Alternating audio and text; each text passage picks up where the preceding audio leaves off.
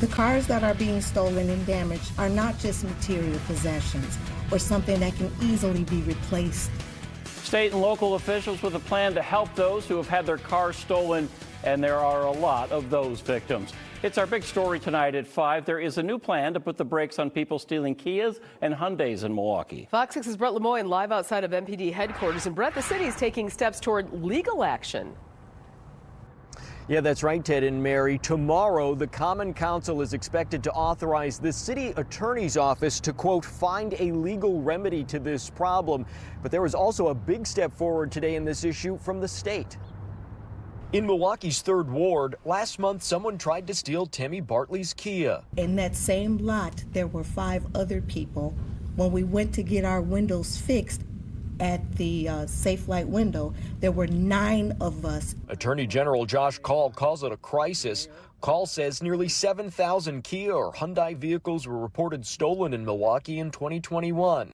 He says compared to the year before, that's an increase of 800%. This is not an accident.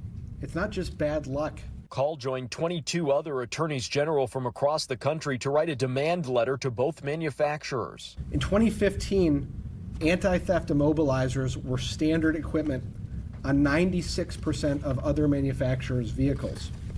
But Kia and Hyundai had immobilizers on only 26%. Both Kia and Hyundai recently announced software updates for older models that could help prevent theft. Police say stolen vehicles are often involved in violent crimes and reckless driving. Many of our shooters are shooting from stolen vehicles, and many of our shooting victims are being shot in stolen vehicles. While Call stopped short of suggesting a lawsuit against Kia and Hyundai, the city is prepared to pursue legal action as early as this week. Anything that will make our constituents as whole as possible and recoup any services and resources spent on stolen cars related to Kia and Hyundai for the fact that they've been that easy to steal.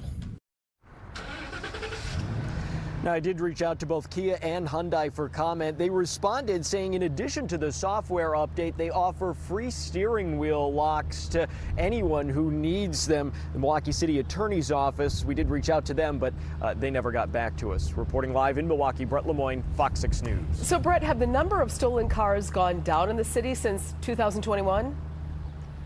Yeah, MPD says the number has gone down, and they credit a lot of that to a task force they started last year. All right, well, that is some good news. All right, Brett, thank you for that.